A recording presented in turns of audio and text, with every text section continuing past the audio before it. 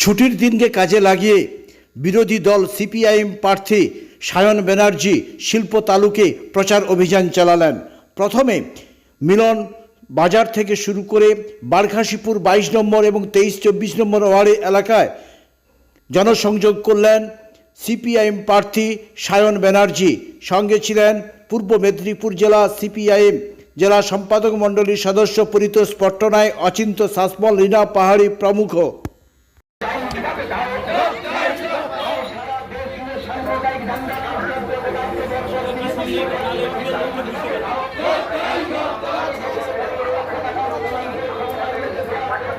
বামফ্রন্টের প্রার্থী সায়ন ব্যানার্জি এরা লড়াই করছে হাইকোর্টে, তাই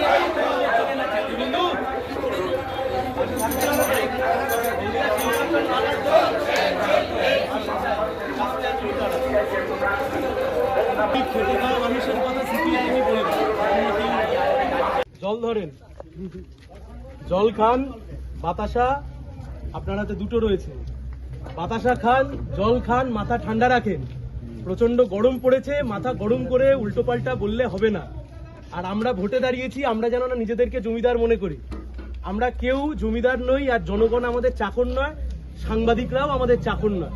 প্রচন্ড গরম পড়েছে, আমরা বুঝতে পারছি। বাতাসা নেন, বাতাসা খান, ঠান্ডা জল খান, মাথা ঠান্ডা রাখতে হবে। আমরা ভোটে দাঁড়িয়েছি মানে আমরা লাটের বাট নই, আমরা কেউ ভগবান নই। আমরা ভোটে দাঁড়িয়ে বিশাল কিছু করে ফেলিনি। আর সাংবাদিকরা আমাদের চাকর নয়, সাংবাদিকরা আমাদের চাকর নয়। তাই সাংবাদিকদের সাথেও মাথা ঠান্ডা করে কথা বলতে হবে, মানুষের সাথেও মাথা ঠান্ডা করে কথা বলতে হবে। কই জল দাও সবাইকে, জল আর বাতাসা। আসুন, এগিয়ে আসুন। জল এই নেন, বাতাসা কেমন? ঠিক আছে, মাথা ঠান্ডা রাখতে হবে গরমে।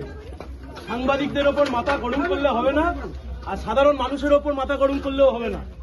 আমরা ভোটে দাঁড়িয়েছি মানে এই নয় যে আমরা একেবারে বিশাল বড় জমিদার হয়ে গেছি আর বাকি সবাই চাকর বাকর হয়ে গেছে। তাই আমরা বলেছি এই বাতাসা খান, মাথা ঠান্ডা রাখুন, আর জল খান, মাথা ঠান্ডা রাখুন। সবাই জল খান, জল খান, বাতাসা খান, মাথা ঠান্ডা রাখতে হবে। কেমন? অনেক গরম পড়েছে, মাথা ঠান্ডা রাখতে হবে। ঠিক আছে? দেখুন, অত্যাধিক গরম পড়েছে, তাই জন্য কারুর কারুর মাথা গরম হয়ে যাচ্ছে। তাই জন্য আজকে আমরা বাতাসা ঠান্ডা জল খেয়ে বলছি মাথা ঠান্ডা রাখুন। প্রচন্ড গরম পড়েছে, মাথা ঠান্ডা রাখতে হবে। মানুষকে মানুষ হিসেবেই ট্রিট করতে হবে। আমরা ভোটে দাঁড়িয়েছি, আমি ভোটে দাঁড়িয়েছি, তার মানে এই নয় যে আমি বিশাল বড় জমিদার হয়ে গেছি আর সাংবাদিকরা আমাদের চাকর বাকর হয়ে গেছে। আমরা যেন এ ধারণা না পোষণ করি মনের মধ্যে। প্রচন্ড গরম, অনেকে মাথা ঠান্ডা রাখতে পারছেন না, বিভিন্ন কারণে শান্ত রাখতে পারছেন না। তাই আমরা আজকে বাতাসা আর ঠান্ডা জল খাওয়াচ্ছি।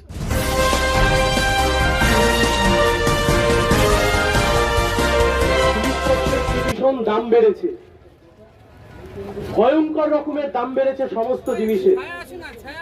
নিত্য প্রয়োজনীয় খাবার, নিত্য প্রয়োজনীয় জিনিস, সবজি, মাছ, ফল, এমন কোন জিনিস নেই যার দাম বাড়েনি। এর কারণ কি? পেট্রোলের দাম, ডিজেলের দাম, রান্নার গ্যাসের দাম, সারের দাম, কেরোসিনের দাম, প্রত্যেক কটা জিনিসের দাম বাড়িয়েছে দিদির সরকার আর মোদীর সরকার। এমন কোন জিনিস নেই যার দাম বাড়ায়নি। তাই আমরা বলছি এই কেন্দ্রের সরকার আর রাজ্য সরকার দুটোই অপদার্থ। এ দুটোই সাধারণ মানুষের কষ্ট যন্ত্রণা দূর করতে ব্যর্থ হয়েছে।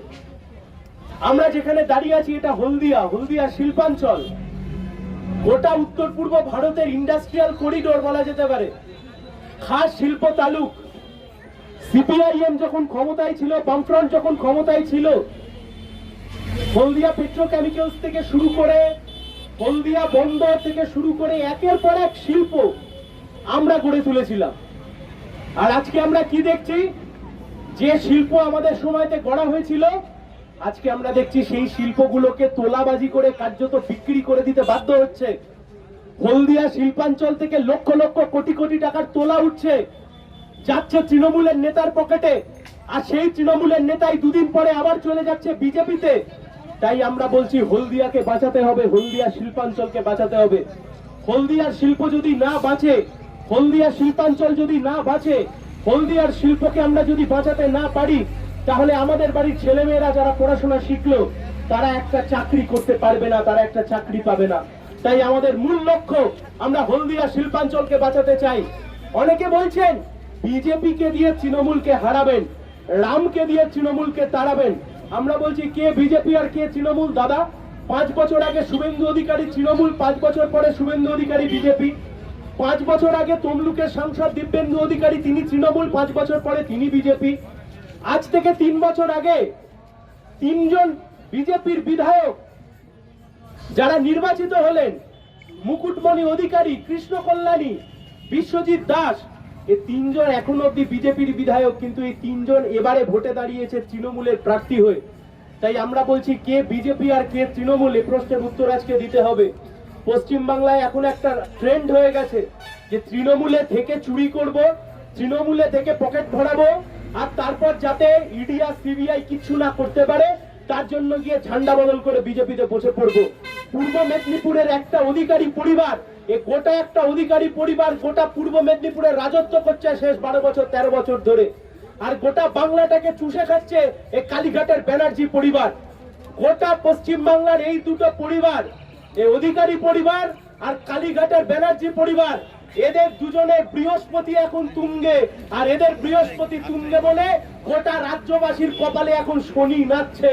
তাই আমরা বলছি এই দুই পরিবারের হাত থেকে বাংলাকে বাঁচাতে হবে, রাজ্যকে বাঁচাতে হবে, হলদিয়াকে বাঁচাতে হবে, হলদিয়ার শিল্পাঞ্চলকে বাঁচাতে হবে। এই কথা বলে আমার কথা শেষ করছি। ধন্যবাদ, লাল সালাম, সবাই ভালো থাকবেন।